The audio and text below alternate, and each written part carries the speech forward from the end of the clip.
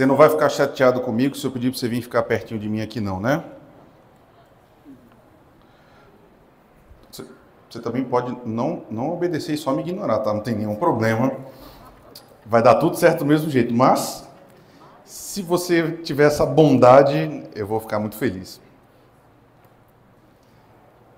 Enquanto eu me organizo, mas que a graça e a paz do nosso Senhor Jesus seja com cada um de nós nessa manhã, queridos. Que bom que você está aqui. Que dia é hoje? 22. O ano está acabando, tem gente que já está bem longe, né? Eu mesmo vou estar, tá? Hoje é a despedida. Da quarta-feira a gente vai para Natal. Ah, você vai para Natal no Natal? Né? Sim, vou. Natal, toda árvore de Natal, a Alfredo, eu vim falando isso, né? Toda árvore de lá de Natal é uma árvore de Natal? Sim, é lá onde nasceu o Papai Noel. Todas essas eu já ouvi, tá, irmãos? Mas a gente está indo para Natal e voltamos no começo do ano que vem. Então, estou dizendo isso porque algumas pessoas já estão longe, né? Mas eu louvo a Deus pela sua vida, que você está aqui. Vamos tentar ouvir aquilo que o Senhor tem para nos dizer nessa manhã? Vamos orar? Vou te convidar a um tempo de oração, pessoal mesmo. Baixe sua cabeça, feche seus olhos, fale com o Senhor, peça para que Ele seja contigo e eu oro por nós em breve.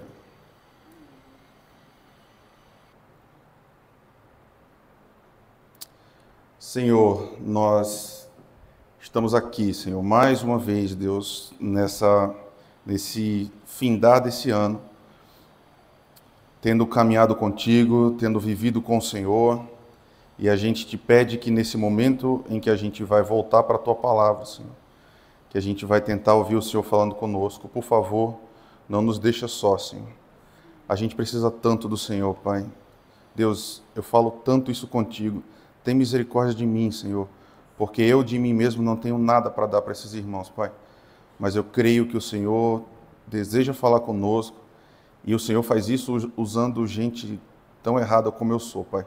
Obrigado por esse privilégio. E me ajuda, Senhor, a falar do Senhor de uma forma que possa, de fato, abençoar meus irmãos, trazer vida para nós, Senhor, porque a gente precisa ouvir do Senhor, Pai. Por favor, tenha misericórdia de nós. É o que te imploramos. No nome de Jesus, Senhor. Amém. Meu amor, você pega um pouco d'água para mim, por favor? Meus irmãos, hoje a gente vai conversar e talvez a gente vai partir de um ponto já de discordância, tá? Eu gosto da escola dominical bastante por isso. Você pode levantar a mão, pedir a palavra e falar e dizer, pastor, não concordo com o que você está dizendo, você está errado.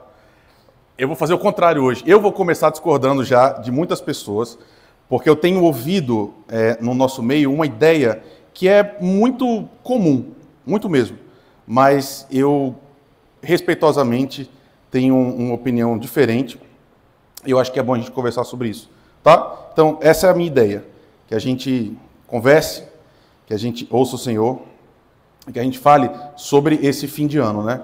A gente está agora há pouquíssimos dias do final do ano e eu quero tentar, de alguma forma, preparar o seu coração para isso. Eu gostaria muito que você tivesse acesso a um tipo de olhar para esse tempo, para esse momento, a partir da Escritura. E eu acho que a gente pode ser abençoado por isso, tá bom? Então vamos lá. Primeira coisa, escola dominical. A gente está aqui... Obrigado, meu irmão. A gente está aqui há muitos anos, você é aluno da escola dominical também há muitos anos, e eu tenho certeza absoluta que você tem toda a capacidade de ler o que está escrito aí para mim. Primeiro, está escrito em que língua isso daí? Oi? Hebraico, ótimo. Quem está falando hebraico, então, é perito, é professor. Então, pode dizer para a gente exatamente o que está escrito. Que isso, não. Gente, tudo estava preparado para ninguém saber a resposta certa, de repente sabe. Exatamente. Tanakh. E agora, já que toda a minha estratégia foi desmontada, alguém que não sabe o que é, ou melhor, alguém que não tem certeza que sabe, diz para mim o que é isso. Que palavra é essa, irmãos? Tanakh. Uma palavra absolutamente fundamental e que fala muito para a gente, certo? O que é Tanakh? A gente vai ser maldoso e perguntar para o João, que ele é seminarista, ele tem a obrigação de saber? A gente não vai fazer isso, né? O que é Tanakh? essa é uma palavra que existe para se referir à Escritura, irmãos. Só que a gente está no Antigo Testamento, portanto, é uma palavra que aponta para a Bíblia hebraica. É assim que a gente chama o Antigo Testamento, assim que os judeus chamavam o Antigo Testamento. E a ideia é que cada uma dessas sílabas, por isso que está em letra maiúscula, ela sintetiza uma porção da Escritura. A Escritura hebraica é dividida em 3. Cada uma dessas sílabas se refere a um desses. A gente tem o Teá, a Torá, no meio os Netuvins, no fim os Ketuvim. São 3 divisões. Vamos tentar adivinhar quais são? Torá é o quê? Torá é a lei. São os 5 primeiros livros da Escritura. Gênesis, Êxodo, Levítico, Números, Deuteronômio. A lei, em breve a gente fala isso. Tenta dizer para mim qual é uma segunda divisão. No Antigo Testamento a gente tem a lei. O que a gente tem mais? Como grande bloco. Livros históricos, poéticos. Esse é o último. A gente tem a poesia. Quais são os livros poéticos? Salmos, que mais? Provérbios, que mais? Eclesiastes, Cantares. Algumas pessoas colocam Jó também como um livro de sabedoria, mas o foco é esse. A gente tem a lei, a gente tem o livro de sabedoria e falta uma porção gigantesca, que assim, talvez você não goste muito de ler. Proféticos. A gente tem N profetas na Escritura. Então, olha só como é interessante a divisão da Bíblia do cânon hebraico. Nós temos primeiro a lei. Irmãos, para que serve a lei? A gente tem o nascimento do povo de Deus. A lei aqui não é apenas esse código de regras definidas, certo? Não é apenas isso. A gente tem bastante isso em Levítico, tem um pouco em Número também. Mas toda a lei, toda a Torá mostra o nascimento do povo de Israel. Deus escolhe um povo, a partir primeiro dos patriarcas, esse povo cresce no Egito, é liberto por Deus, vai para a Terra Prometida. Essa é a história, basicamente, da lei. E nesse meio tempo, então, Deus manda um código. Qual a ideia? Deus está ensinando, eu escolhi vocês. O relacionamento que eu tenho com vocês nasce a partir de um ato de graça. Já falei isso para vocês 1000 vezes, mas é fundamental você saber disso. O relacionamento com Deus, inclusive no Antigo Testamento, não se dá pela lei.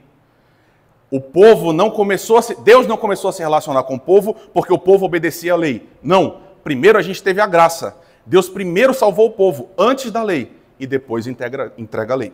Então, basicamente, a gente tem a lei como essa história de salvação de Deus e depois Deus ensinando o povo como é que vive a partir desse código. Ótimo. Os profetas. Qual é a literatura profética, irmãos? Para que servem os livros proféticos?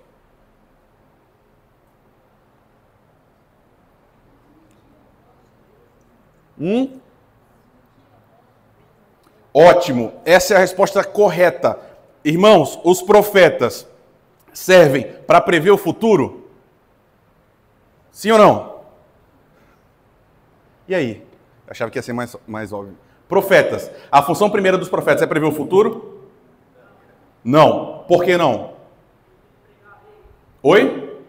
Ok, os profetas pregavam a lei também. Os profetas previam o futuro? Muitos deles sim. Mas só que esse é um mecanismo, é um veículo para um objetivo anterior e primeiro. Profetas, se você quiser resumir, toda a literatura profética é na expressão assim diz o Senhor. Todo profeta, inclusive hoje, é profeta quando é porta-voz de Deus. Então toda a literatura profética é uma literatura que Deus está dizendo algo específico para o povo e usa uma pessoa. Às vezes essa mensagem engloba prever o futuro, porque eventos futuros são importantes para a profecia. Às vezes Deus está, meu Deus, qual é a palavra? Deus está repreendendo o povo. Deus está dizendo, vocês estão indo no caminho errado, vocês precisam mudar. Às vezes Deus está dizendo para o povo, olha, eu amo vocês, não esqueçam disso, continuem. Então, diferentes profecias e diferentes profetas têm diferentes aplicações, mas todos eles são voz de Deus. Certo, a gente tem esses 2 primeiros blocos. A gente tem esse último, irmãos, e é nesse último que a gente vai se focar hoje de manhã. Nós temos a literatura de sabedoria da Escritura. E ela é absolutamente fundamental. Ela é muito importante. Os livros poéticos na Escritura são muito importantes. E eles querem dizer algo fundamental para nós. E aí, antes da gente, você me dizer para que serve, eu não sei se você já percebeu isso, mas o discurso articulado, como esse que eu estou fazendo agora, uma palestra, uma aula, qualquer coisa, um livro escrito num argumento sendo desenvolvido, tudo isso tem limite. Eu sei que você já percebeu que tem momentos na vida em que a gente está passando por coisas e a gente precisa elaborar essas coisas e o discurso articulado ele não resolve. Não adianta a gente falar, a gente precisa de arte. Você já topou nessa experiência? Você vive algo muito emocionante, seja muito triste, seja muito feliz. Para você dar conta de colocar isso para fora, a gente usa quase sempre arte. Às vezes música, às vezes poesia, às vezes literatura, pintura, enfim. Mas o fato é, a literatura de sabedoria, ela condensa em si mesma um conjunto de experiências que a gente só consegue colocar para fora a partir de arte. Eu tenho certeza dessa experiência que você teve já. Você lembra, assim que você se converteu, como é que você se relacionava com o livro dos Salmos? Eu não sei se a sua experiência é exatamente igual à minha, mas, irmãos, eu me converti de verdade, Deus me salvou, e eu comecei a ler a Bíblia. E eu li a Bíblia, Gênesis, Apocalipse, e ficava lendo e relendo e relendo. Porque, enfim, para mim era muito importante, era alimento. Mas eu achava Salmos chatíssimos. Me perdoe a sinceridade, certo, irmãos? Eu tinha dificuldade também. Porque eu ia lendo, e eram aquelas orações, né? E eram as orações meio repetitivas. E eu não conseguia me relacionar muito com elas. Eu tinha, sei lá, 16, 17, 19 anos. Aí eu fui para o seminário. E aí no seminário, especialmente o professor Leonel, que estava aqui, né, domingo passado, ele estava falando sobre isso. E ele disse, eu olho para vocês, na condição de um pastor já muito velho, fala, eu consigo perceber que falta para vocês o lastro material de vida para poder se relacionar com os salmos. Qual é a ideia? Irmãos, a gente lê a vida de José, a gente lê Abraão, e a gente consegue entender facilmente. Só que os salmos, você precisa ter passado por um conjunto de experiências para que essas palavras comecem a ser vida para você de verdade. Vocês entendem? É a partir das perdas que você pode ler os salmos de perda de Davi e falar, agora sim eu estou entendendo o que esse texto está querendo dizer. De outra forma, é passando por alegrias muito grandes que você pode se relacionar com um salmo que também tem um louvor muito intenso e dizer, sim, eu posso fazer dessas as minhas palavras. Tudo isso é para dizer para você o seguinte, a literatura de sabedoria está na Bíblia para ajudar a gente a navegar pela vida, pela essa experiência, de uma forma mais apropriada. Porque sem ela a gente fica meio perdido. A gente não sabe direito como agir, como reagir. A minha intenção hoje é tentar fornecer para você material a partir da literatura de sabedoria para a gente olhar para esse momento de final de ano. Sabendo que esses textos estão aqui justamente para ajudar a gente a dar conta da vida tal como ela é. Como é que começa Provérbios? Eles ajudarão a experimentar a sabedoria e a disciplina, a compreender as palavras que dão entendimento, a viver com disciplina e sensatez, fazendo o que é justo, direito e correto. Ajudarão a dar prudência aos inexperientes, conhecimento e bom senso aos jovens. Se o sábio lhes der ouvidos, aumentará o seu conhecimento. E quem tem discernimento obterá orientação para compreender provérbios e parábolas, ditados e enigmas dos sábios. O texto começa, a literatura proverbial começa com Salomão dizendo para a gente, olha, aqui está um conjunto de provérbios. Eu vou entregar para vocês um conjunto de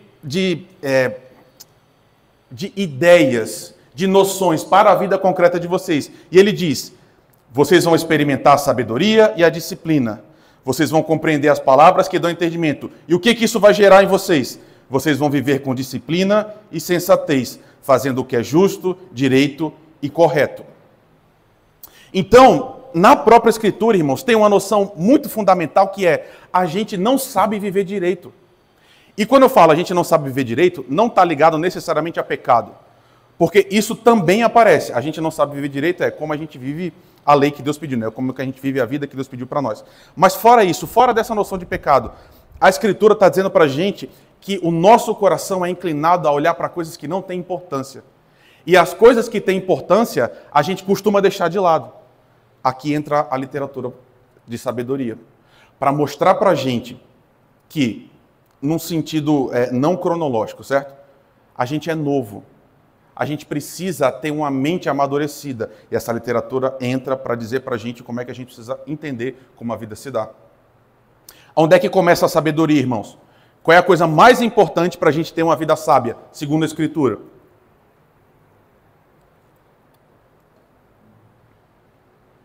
Qual que é o princípio da sabedoria? O temor do Senhor é o princípio da sabedoria, e o conhecimento do santo é entendimento, pois por meu intermédio os seus dias serão multiplicados e o tempo da sua vida se prolongará. Se você for sábio, o benefício será seu. Se você for um zombador, sofrerá as consequências.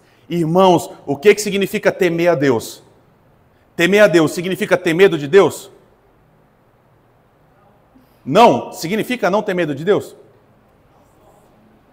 E aí, o que é temor do Senhor, então? A gente sempre diz isso, né? Temor a Deus é respeito. Temor a Deus é respeito? Sim. Ótimo. Só que temor a Deus é ter medo de Deus? Sim. Por quê, irmãos? E olha como isso é importante. Por que eu estou insistindo com vocês? Eu não sei se vocês acham que é só assim, o pastor não conseguir falar 50 minutos, ele fica fazendo essas perguntas para ir esticando a aula e a gente passar o tempo. Não é isso, certo? A ideia é o seguinte, é muito importante para você pensar sobre isso. Porque você vem aqui na igreja e aí a gente canta as mesmas músicas, a gente lê os mesmos textos. E esses textos vão passando por a gente se a gente pensar sobre eles. E às vezes você repete uma coisa sem ter noção exata do que você está querendo comunicar. O que a Bíblia está dizendo é, você quer ser sábio? Você quer conseguir se mover pela vida de uma forma a aproveitar a vida de fato como ela se põe? Você precisa começar no temor do Senhor. Essa é a ideia. Não existe nenhuma pessoa no mundo que é sábia sem que ela tema a Deus. Por quê? Porque o temor do Senhor é o princípio da verdadeira sabedoria. Porque, irmãos, em breve a gente vai falar sobre isso. Mas todos os dias você está sendo bombardeado por gente que está se colocando como alguém sábio e vai ensinar você a viver.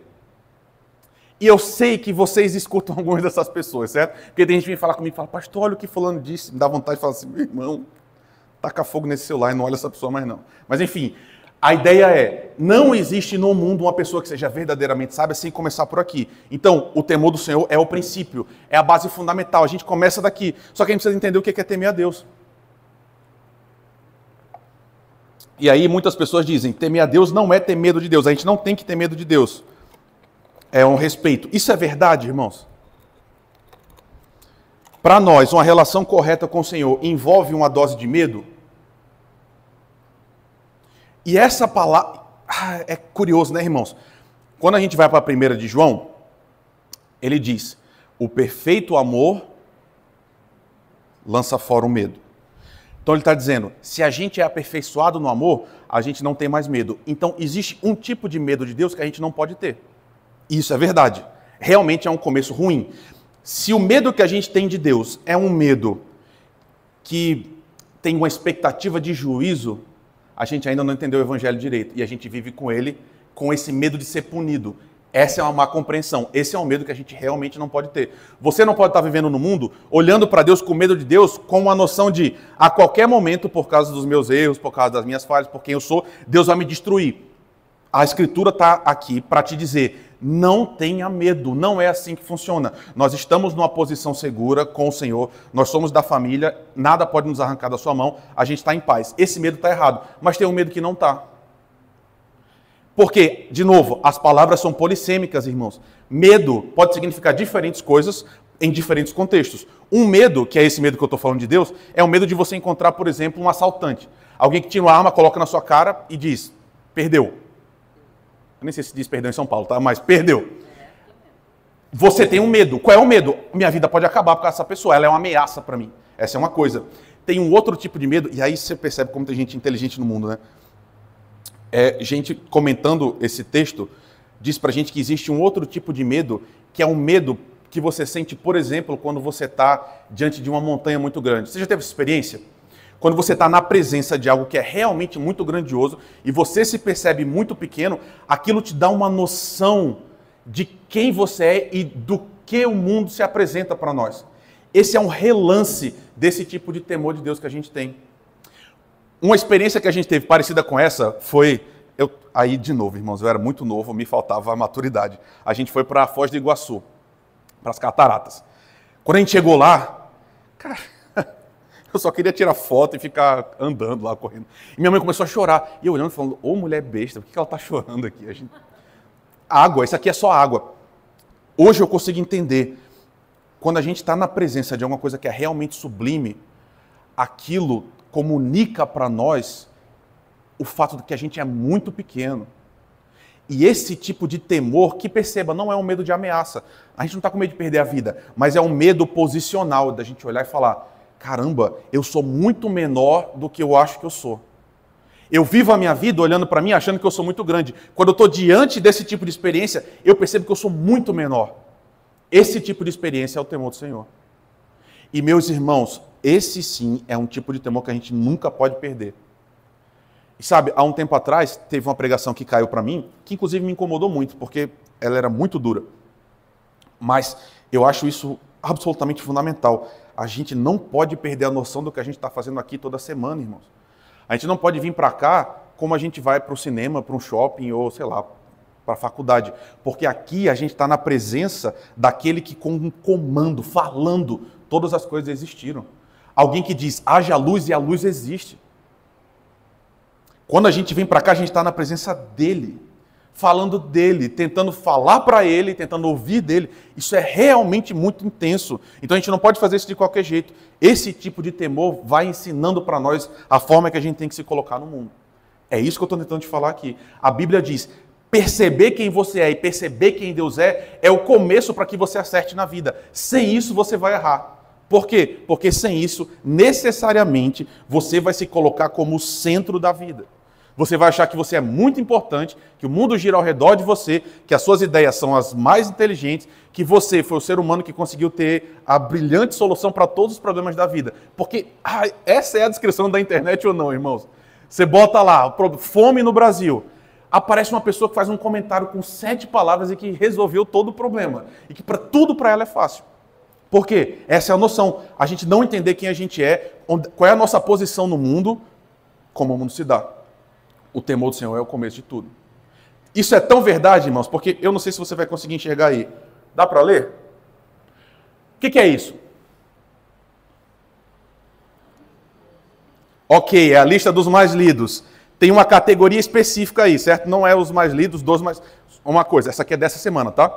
Os livros mais lidos agora. Peguei isso ontem. Que categoria é essa, irmãos? Autoajuda. Eu nunca consegui entender esse... Nem vamos falar sobre isso, certo? Mas eu nunca consegui entender esse conceito de autoajuda. Mas aqui nós temos os 6 livros mais vendidos agora, no Brasil, sobre autoajuda, só sobre autoajuda. Eu vou te dar um dado que talvez você não tenha, porque eu não tinha, e que é absolutamente assustador. Talvez você ache que isso daqui é um pequeno detalhe, certo? Tipo assim, o pastor está falando de autoajuda, mas isso aqui... O que é isso diante do Brasil? Irmãos, sabe quantos livros de autoajuda são vendidos por ano no Brasil? Cara, olha isso. Quantos livros de autoajuda são vendidos no Brasil por ano? São 45 milhões. Irmãos, sabe quantos brasileiros tem hoje no Brasil? 210 milhões de habitantes, mais ou menos. 45, isso dá mais ou menos um livro a cada 4 pessoas. Um pouquinho menos que isso, certo? Mas num país que não lê, porque vocês sabem os dados, né? A gente já não lê. O número de livros vendidos de autoajuda é de uma monta enorme. É um mercado de R$1,5 bilhão de reais por ano. O que eu estou querendo dizer? Você pode achar que não, mas as pessoas estão consumindo autoajuda o tempo todo. E o que autoajuda é? Certo, é você ajudar você mesmo, certo? Mas perceba, Quais são os assuntos que estão sendo discutidos? Olha esses primeiros 6. O primeiro ali é Creia em Deus Pai. Eu não sei que livro é esse, mas é um livro de espiritualidade. A ideia é um livro para tentar fazer você viver melhor com Deus. Eu entendo que não é um livro cristão, mas eu não conheço. Os próximos. O segundo, a psicologia financeira. O terceiro, as 48 leis do poder. Irmãos, a gente está perdendo tempo, né? A gente está aqui tentando trabalhar você na sua vida. Você podia ter escrito um livro que chama As 48 Leis do Poder e está milionário, né? Enfim. O quarto livro mais vendido no Brasil de autoajuda. O DNA do Dinheiro. Quinto, Como Fazer Amigos e Influenciar Pessoas. E o último, A Trinca. Esse pelo menos tem um nome um pouco menos óbvio, né? Mas o que eu estou tentando baixar para vocês é o seguinte, aqui são os 6 primeiros. Dos 6, um é sobre espiritualidade. 3 é sobre poder. Como você se tornar uma pessoa mais poderosa. Como você se tornar uma pessoa que é imitada e que não imita. Que influencia e que não é influenciada. Que chega no local e todo mundo olha para você. Essa é a ideia, esse livro. E 2 é sobre dinheiro. Olha o que eu estou tentando te mostrar. Aqui está condensado, ou pelo menos é um recorte do que o mundo hoje, do que as pessoas hoje ao nosso redor, as pessoas que você encontra todos os dias, o que elas estão buscando, o que elas estão querendo.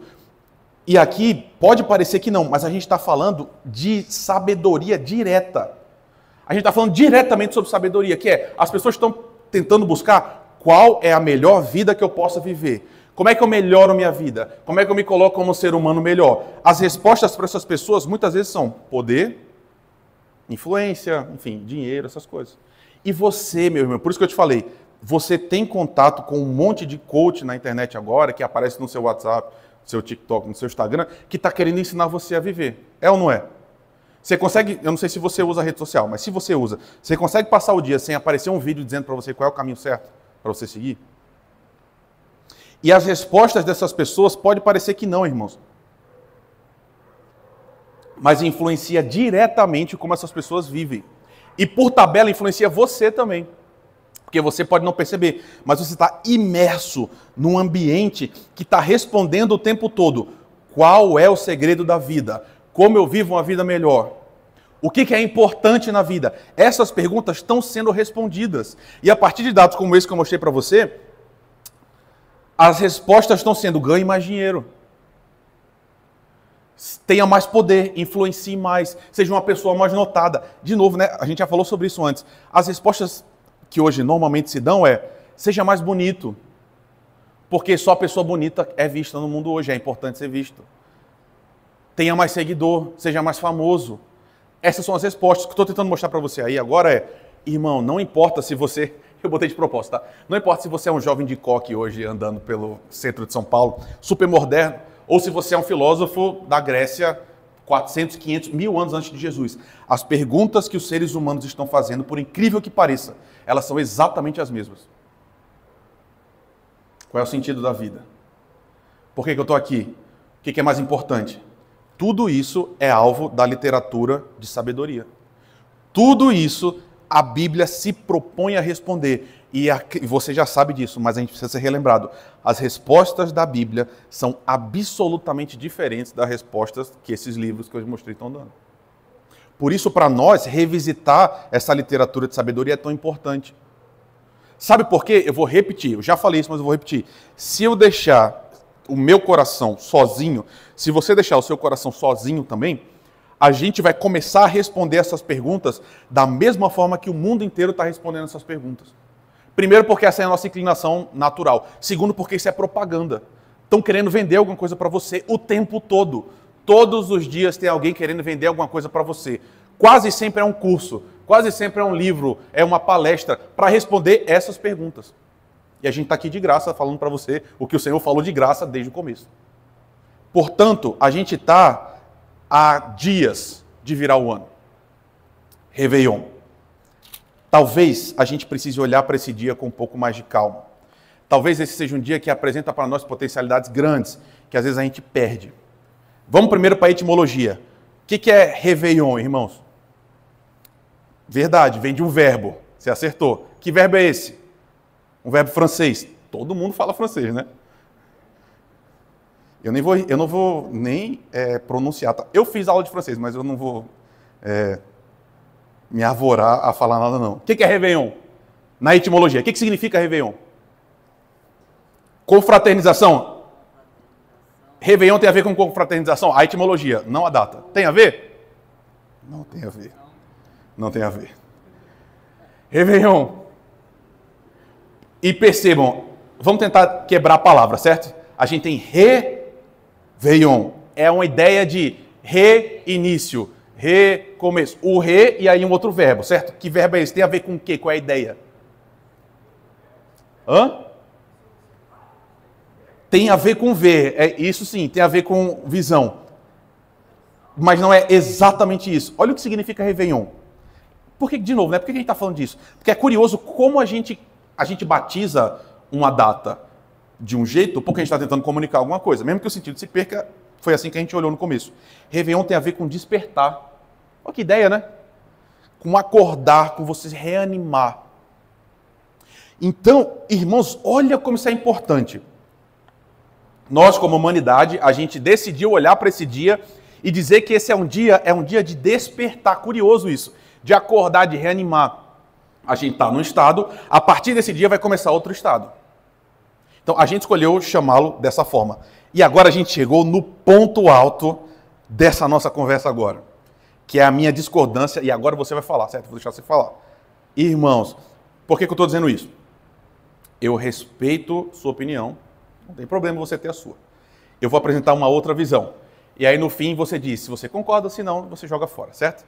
A pergunta é porque eu fico, desculpa a sinceridade, mas eu fico irritado com essa forma de olhar, porque eu acho que ela, enfim, apaga.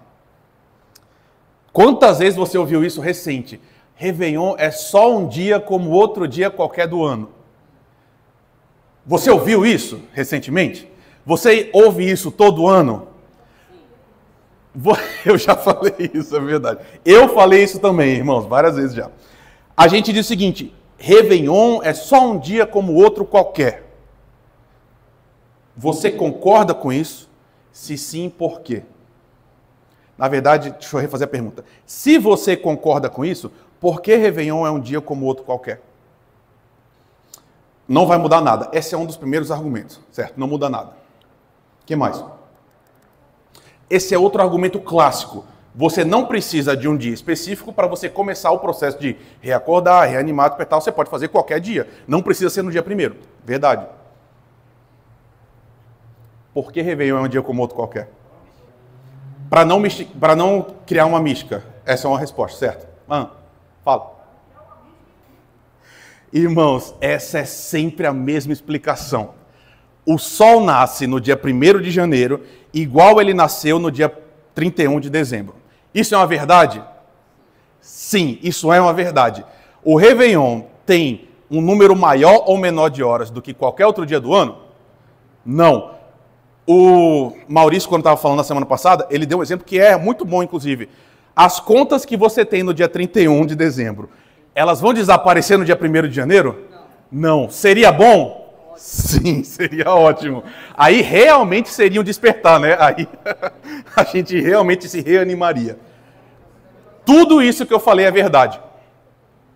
Isso tudo que a gente falou faz com que o dia 1º de janeiro seja um dia como outro qualquer? Sim, eu acho que não.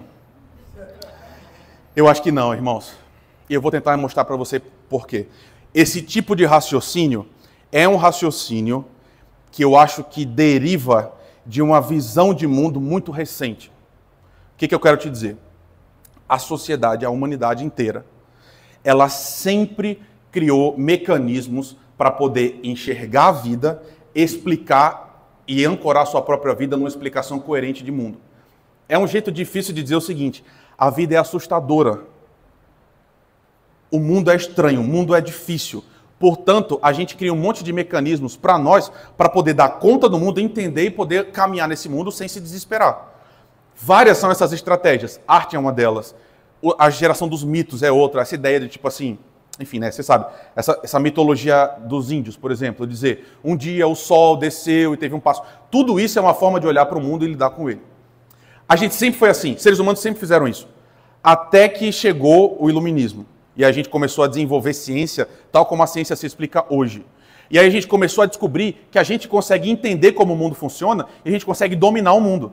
Então antes o fogo que aparecia só quando um raio batia, agora a gente pode criar o fogo. Agora a gente pode criar gelo. Agora a gente pode criar uma vacina. Agora a gente pode fazer uma cirurgia. E tudo isso foi dando para nós a ideia de que a gente domina o mundo, que a gente, enfim... Você entende o que eu estou querendo dizer, né? A gente, como mundo, começou a dizer, nós entendemos agora o mundo tal como ele é. Portanto, e aqui que está o erro, na minha opinião, certo? Você pode continuar discordando de mim. Mas o que eu acho que a gente está errado nessa questão? Olhando para o mundo com essa forma mecanicista de ver, a gente começou a dizer o seguinte, não existe amor. Amor são reações químicas que vão acontecendo, e aí quando elas deixam de acontecer, acaba o amor e a gente vive. A gente começou a pegar o mundo tal como ele se apresenta e reduzi-lo à ciência. Só que tem um problema. Nós somos seres culturais, irmãos. Cultura é muito importante e cultura você não consegue tirar de dentro do seu coração. Vamos para a Escritura? Porque eu quero tentar mostrar para você como é que isso se opera aqui. Abre aí em Gênesis capítulo 1. Gênesis capítulo 1. Alguém lê para mim, por favor, bem alto aí, o versículo 15. Perdão, 14 e 15. Olha só, aqui a gente está na formação do mundo. Irmãos, isso é tão importante, a gente está voltando sempre para a criação, né? Quando Deus foi colocar o mundo em marcha, como ele foi colocar essa criação toda para funcionar, ele criou a partir de alguns condicionantes. E a Escritura está dizendo para nós que Deus criou 2 luzeiros. Que luzeiros são esses? O sol e a lua. Ótimo. Um vai governar o dia, outro vai governar a noite. Mas tem uma noção aqui que é muito importante. No final do versículo 14. Sejam eles para sinais. Para o que agora? Estações, para dias e anos.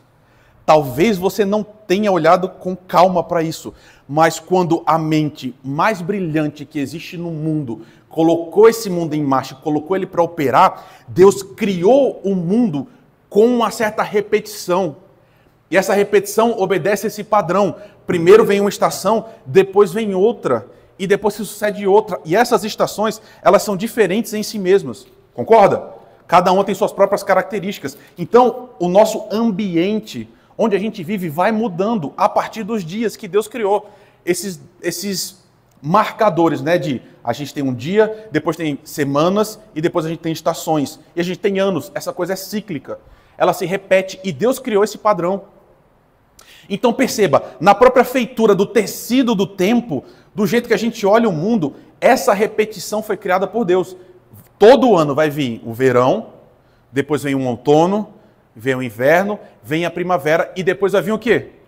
Um verão de novo. Isso vai se repetindo e Deus fez isso. E Deus fez dessa forma para ser diferente mesmo. O inverno é diferente do verão, que é diferente do outono, que é diferente da primavera. O que eu estou querendo dizer? Tudo isso que a gente falou é verdade. O dia tem as mesmas 24 horas. É verdade mesmo. O dia, as contas vão para outro dia, tal. Só que você é um ser cultural. E a forma que a gente interpreta isso, que a gente lida com isso, faz com que a gente realmente experimente coisas diferentes. De verdade, concretamente. Você está entendendo o que eu estou querendo dizer? O fato de você ser um ser dotado de cultura faz com que você interprete o mundo não apenas mecanicamente. Mesmo que as 24 horas sejam as mesmas 24 horas, porque nós somos seres humanos e nós estamos dentro desse mundo que Deus criou, bate diferente na gente. Por mais que você queira dizer que não. Para algumas pessoas bate menos, é verdade. Algumas pessoas simplesmente não se importam. Mas para a maioria das pessoas, e na minha opinião, para a totalidade de nós, realmente alguma coisa muda no dia 1º de janeiro. Porque a gente começa um novo ciclo. E novos ciclos realmente trazem rupturas e continuidades. Pensando nisso, eu estava... Vai ser o último exemplo que eu vou tentar te dar para te convencer de que, de fato, tem alguma coisa diferente. Irmãos, o Dia dos Pais sempre existiu? Não. O Dia dos Pais nem sempre existiu. Você sabe quem foi que criou o Dia dos Pais, Dia das Mães? Joga no Google depois, tá? Não vou te falar, não. Foi criado em um determinado momento. É uma data, irmãos, que surge porque a gente queria homenagear as mães e a gente queria homenagear os pais? Surge para quê? Para ganhar dinheiro. É uma data que surge para vender. Dia dos Pais, Dia das Mães, um dia não existiu. De repente passou a existir para quê? Para você ir lá no shopping, vai na C&A, compra uma blusa para sua mãe, entrega para ela no domingo, você vai viajar para casa dela, vai comer frango lá, frito e beleza. É isso. Então é inventado. Não existe. Deus não criou o Dia dos Pais e Dia das Mães. Só que Dia dos Pais e Dia das Mães é um dia importante, é um dia diferente dos outros? Irmãos, para quem tem pai, para quem tem mãe, é um dia que você tira, vai lá, visita e tal. Para quem não tem, ou para quem teve uma experiência ruim, é normal, inclusive, ficar mais triste nesse dia. Você já viu isso? Mesmo para quem não tem um pai vivo, mesmo para quem não teve uma relação positiva com o pai, quando chega nesse dia, a pessoa fica mal, ou pelo menos fica um pouco pior. É um dia estranho. Por quê? Porque você é um ser cultural, você não consegue se livrar disso. Você não consegue acordar no Dia dos Pais e dizer assim, hoje é um dia em que a Terra vai dar uma volta ao redor do Sol, como todos os outros dias, e o Sol vai dar uma volta em torno dela mesma, vai durar 24 horas. Isso te impacta. Se você... E, de novo, essa experiência é tão profunda que talvez você tenha passado com isso. E eu nem queria machucar você. Mas tem pessoas... Você já viu esse vídeo na internet também? A criança vai lá na escola e está tendo uma apresentação e ela não está vendo o próprio pai. E aí, de repente, ela enxerga. E aí, quando ela enxerga, descortina uma vida completamente diferente. Se você pega uma criança no Dia dos Pais e ela não tem pai, ou o pai dela não é presente, ela vai experimentar esse dia de uma forma radicalmente diferente dos outros. Apesar de ser o mesmo dia, é um dia normal como todos os outros, isso é verdade. Mas a gente é cultural, essas coisas mexem com a gente. O seu aniversário, talvez você seja como eu. No meu aniversário eu não fico colocando... Talvez você seja o exato oposto meu, certo? Talvez você faça a maior festa no seu aniversário e você coloca para todo mundo te dar parabéns. Eu não faço isso. Não faço. Eu fico na minha, não digo o dia e fico calado. Mas ainda assim, quando as pessoas vêm falar comigo, pastor, parabéns, mais um dia, pô, que Deus te abençoe, não sei o quê, isso vai mexendo comigo e eu acho que mexe com você também. Mesmo sendo um dia exatamente igual a todos os outros dias. Nesse dia as minhas contas estão iguais, estavam no dia anterior. E no dia depois do meu aniversário, as minhas contas vão continuar. Isso também é verdade. Mas aquele dia é diferente. É isso que eu estou tentando mostrar para você. Outra coisa, agora chegou o meu momento. Você que fica dizendo, Natal é uma festa comercial, eu não gosto das luzes, não sei o quê, você deixa de ter um coração peludo e você deixa de mentira. Porque, cara, é diferente. Quando a cidade toda... Porque isso eu não sabia. Eu achava que São Paulo era um pouco parecido com o Natal. Mas a rua mesmo, assim, a parte pública, não tem tanta decoração. Natal, caramba, Natal, se uma pessoa epilética, ela não pode sair de casa, porque é luz e aquilo tudo bombardeando o tempo todo. Cara, eu não sei, irmãos, mas você não consegue passar isento pelo Natal. Todo esse caldo cultural de músicas, cores, luzes. A gente vê aqui, eu estava falando com o pessoal, né? Falou, vamos deixar a igreja mais adornada e tal, preparando para o Natal. No começo, algumas pessoas falam assim, pô, nada a ver isso aí, deixa isso para lá e tal. Essas mesmas pessoas, essa semana, estavam, o ano que vem a gente podia botar mais coisa, né? Botar mais luzes, não sei o quê. Porque a gente entra aqui e você vê luzes diferentes e tem aquele momento da vela. Irmãos, essa vela significa o quê? O que essa vela muda na sua vida? Absolutamente nada. Talvez possa só te dar um pouco mais de câncer, porque parafina, né? Você sabe que é cancerígeno. Então, assim, o máximo que essa vela pode fazer é talvez piorar um pouco a sua saúde. Mas não adianta, quando a gente está aqui e a gente vê essa vela acendendo, e o pastor lembra, a gente está só simbolizando que a luz está vindo, e a gente canta essas músicas de luz e tal, tudo isso mexe com a gente. Por quê? Porque a gente é ser cultural. É um domingo como todos os outros. É verdade, é um domingo como todos os outros. Última coisa que eu estou falando. Não existe ontologicamente nada diferente no Ano Novo. Ou seja, não existe uma mística. Não é porque a gente chegou no dia 31 e depois passou para o dia 1º que magicamente alguma coisa acontece. Não é assim, você tem razão, é só um dia como todos os outros, nesse aspecto. Mas por ser cultural, eu nem sei se você já tem plano, mas talvez você vai encontrar pessoas e vocês vão sentar juntas à mesa e quando vira a noite, se você for como eu, você quer ver os fogos. E caramba, essa é uma experiência que eu tenho sempre. Eu falei que era a última coisa, mas era a penúltima. Última coisa agora de verdade. Eu sou de uma cidade de praia. E vocês sabem que praia e Réveillon tem tudo a ver, né? Enfim.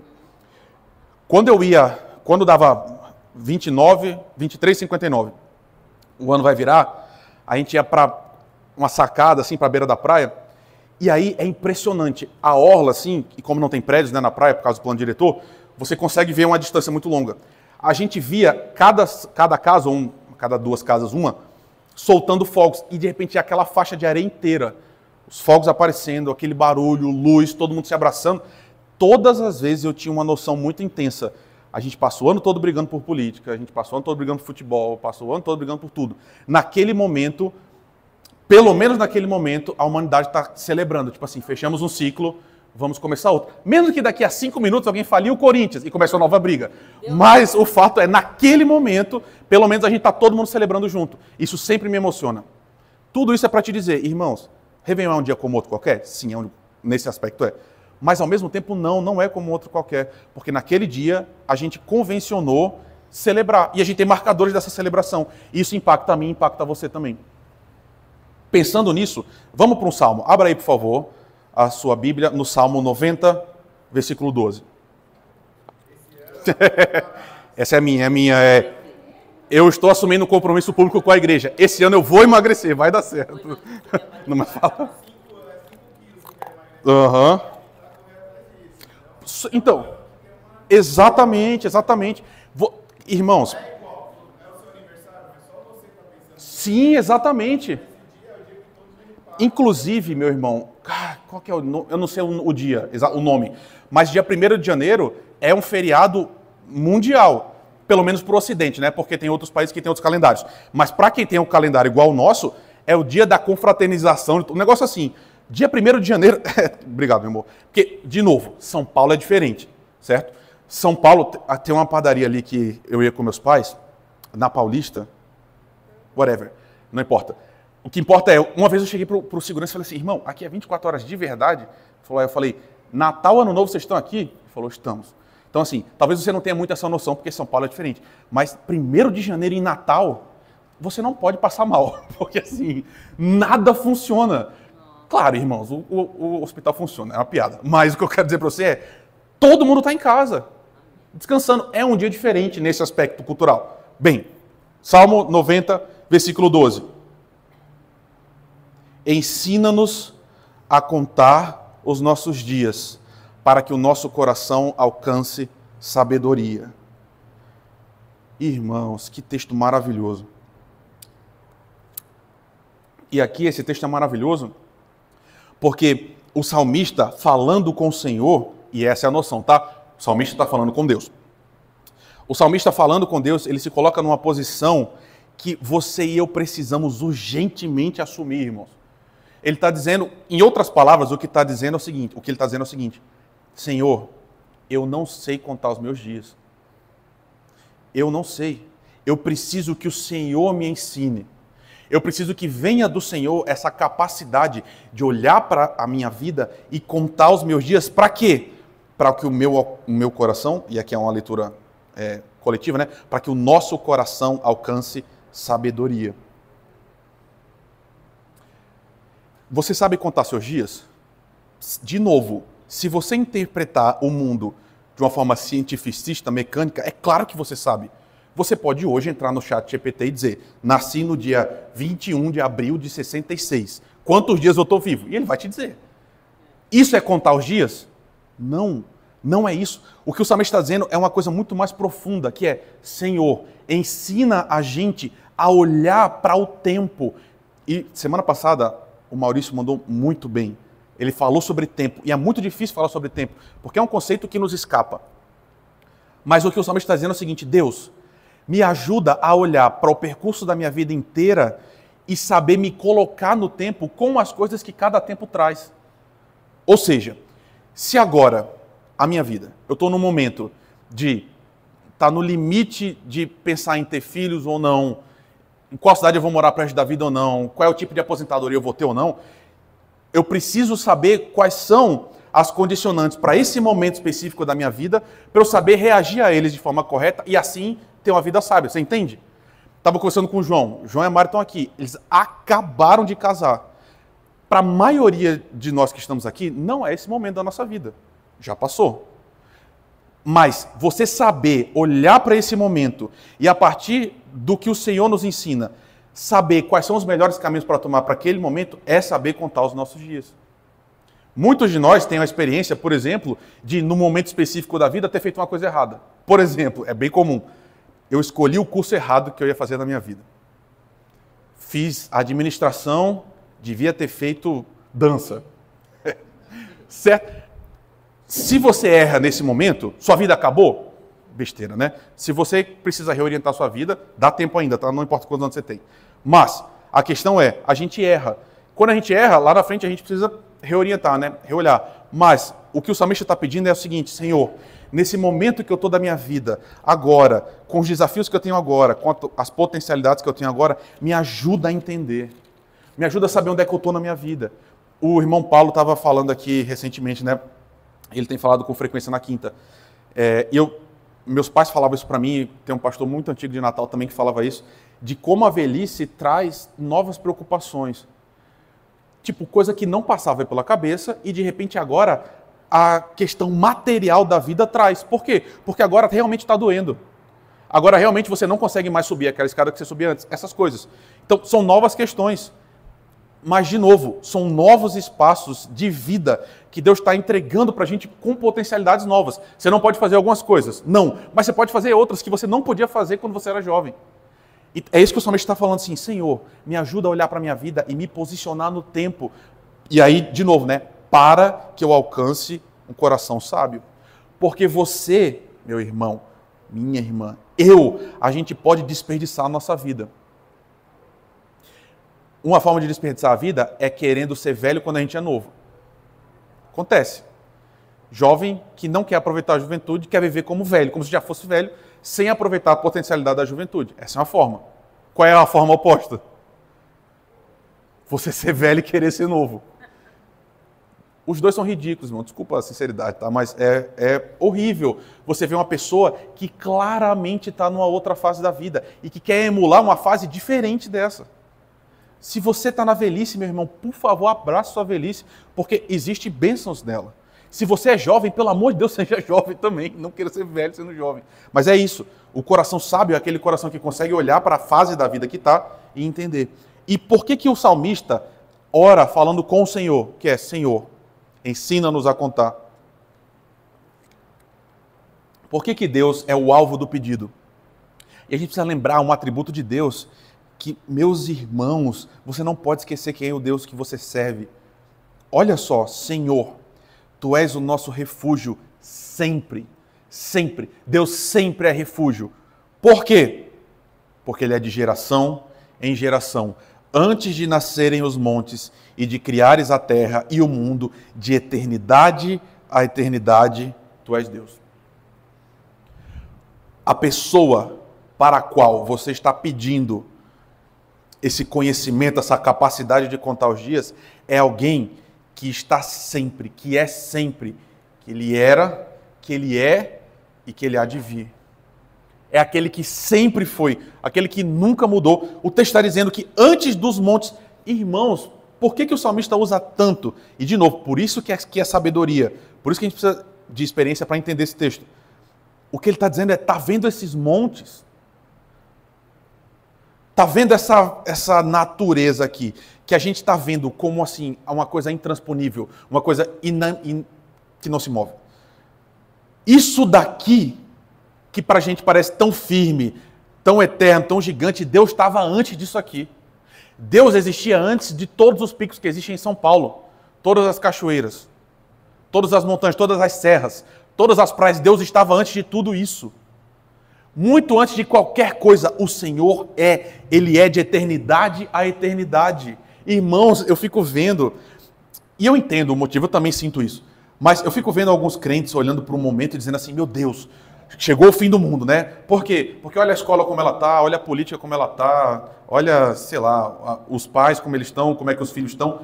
Você tem noção de que o Deus que você serve esteve em todas as épocas da humanidade? Deus estava na peste negra, que foi muito pior do que o Covid. Deus estava em épocas em que literalmente existia um templo no meio da rua público, onde tinha uma orgia. Você pensa que o carnaval é difícil? Imagina viver na época de Jesus. Tem noção disso? As pessoas saíam de casa para ir para uma orgia pública. Então, o que eu quero dizer é: o Senhor, Ele passou por todas essas... Deus esteve em todos esses momentos. E o Senhor sempre foi Deus. E Ele sempre soube ensinar o seu povo a como reagir aos desafios do seu tempo. Por isso que o salmista está dizendo o seguinte: Senhor, ensina a gente. Me ensina a contar os meus dias. Me ensina a me colocar no mundo. Por quê? Porque o Senhor esteve em todas as grandes eras. Porque antes do mundo existir, o Senhor já estava aqui. Meu irmão, minha irmã, confie no seu Deus. Ele é muito maior do que você imagina. Ele é muito mais sábio do que você imagina. E Ele pode te ajudar em 25, em 26, em 27, enfim. Por isso que o salmista fala: Senhor, nos ensina. Então, a gente está diante agora desse próximo dia, né? Esse dia está chegando. De novo, eu não sei onde é que você vai estar. Não sei. Não sei o que você está planejando. Tem gente que passa dormindo. Meus pais passavam dormindo, irmãos. Irritante, né? Pô, desculpa se você é assim, tá? Você não é irritante não, só meus pais eram. Mas assim, eles não ligavam para essas coisas. Eu acho que sofriam muito por causa disso também. Eu não, eu sempre gosto de aproveitar as datas porque eu acho importante. Mas está chegando esse momento. Esse momento talvez seja um momento, e aí nosso irmão falou isso, esse é um momento fundamental para a gente trazer o Senhor para o centro dessa experiência. E agora eu quero falar de uma maneira, a gente está realmente indo para o fim, certo? Eu quero falar com você, muito especialmente, eu vou pedir que você faça um exercício que eu não costumo fazer. Mas eu quero que hoje a gente tenha um momento a mais de reflexão. Eu não sei como é que você está hoje. Não sei. Igreja é um local absolutamente único, especialmente por isso. São pessoas muito diferentes, de classes sociais diferentes, de culturas diferentes, de idades diferentes, de momentos de vida diferentes, todas juntas no mesmo lugar. Cada um de nós aqui vai estar num momento diferente da vida. Mas eu quero que você lembre que nesse ano que passou agora, 24, você fez opções. Tem uma música bem conhecida que diz: cada escolha é uma renúncia. A vida é assim. Isso é a vida. Toda vez que você escolhe alguma coisa, necessariamente você está deixando de escolher. Isso é óbvio para todo mundo. Escolher uma coisa é necessariamente não escolher todas as outras opções. O caminho que te trouxe até aqui esse ano foi assim. Você só chegou nesse local que você está agora por um sem fim de opções que você tomou que te trouxeram até aqui. Para o ano que vem, essa ideia é absolutamente assustadora e bonita ao mesmo tempo. Essa realidade se mantém. Diante de nós agora, diante de você, por mais encurralado que você esteja se sentindo, por mais que você pense assim: caramba, eu estou num momento da minha vida que não tem saída. Não é verdade. Para alguns de vocês, isso é ansiedade, que é, não tem mais jeito, não tem saída. Tem saída. Muita gente já teve momentos muito piores que os seus e saíram. Diante de você tem vários caminhos novos, várias histórias novas. É um novo ano que se abre, cheio de novas possibilidades. Você vai ter que escolher novas coisas de novo, que vão te levar para outros caminhos. Por isso que é tão importante a sabedoria. Por isso que eu trouxe tudo isso que a gente está falando para agora, porque chegou a hora, ou você tem pelo menos, de novo, 9 dias para se preparar, para um momento em que essas questões vão se colocar diante de você de novo. No próximo ano, você vai precisar ter sabedoria de novo, tal como você precisou ter esse ano. Teve momentos desse ano que você foi muito sábio, não teve? Provavelmente teve momentos que você não foi tão sábio assim. E para o próximo ano que se impõe, porque o ano se impõe, se tem uma coisa nesse mundo que é inexorável, é a marcha do tempo. O ano que vem vai chegar. E a gente vai precisar de novas questões. Vão ter novas bifurcações que a gente vai ter que escolher ir por um caminho ou por outro. A gente precisa de sabedoria para isso. Então chegou o momento agora da gente fazer uma reflexão um pouco mais demorada. E isso que eu falo demorada é 30 segundos. Está na hora da gente olhar para trás. Esse é o momento de olhar para trás. Nós estamos chegando no dia 31 de dezembro, né? É um dia para você parar e fazer um autoexame. Porque quando você não faz isso, você desperdiça uma oportunidade grande de usar esse tempo como um tempo sábio. De novo, né, irmãos? Se você trabalha nessa ideia de que é um dia como outro qualquer, você pode não fazer nada. Pode, você não vai morrer. Mas se você percebe que é um ciclo que está se fechando e outro que está se iniciando, talvez seja um tempo em que você realmente pode parar e avaliar. e a partir disso, reorientar algumas coisas ou fortalecer outras. Então eu queria que você, se você puder, feche seus olhos e diga para o Senhor o que sintetizou esse ano para você. O momento que você está. E tente avaliar a sua própria vida e dizer... O que é que eu quero dizer? Se Jesus perguntasse assim, fulano, como é que foi seu ano? Qual seria a sua resposta para o Senhor? Tente responder.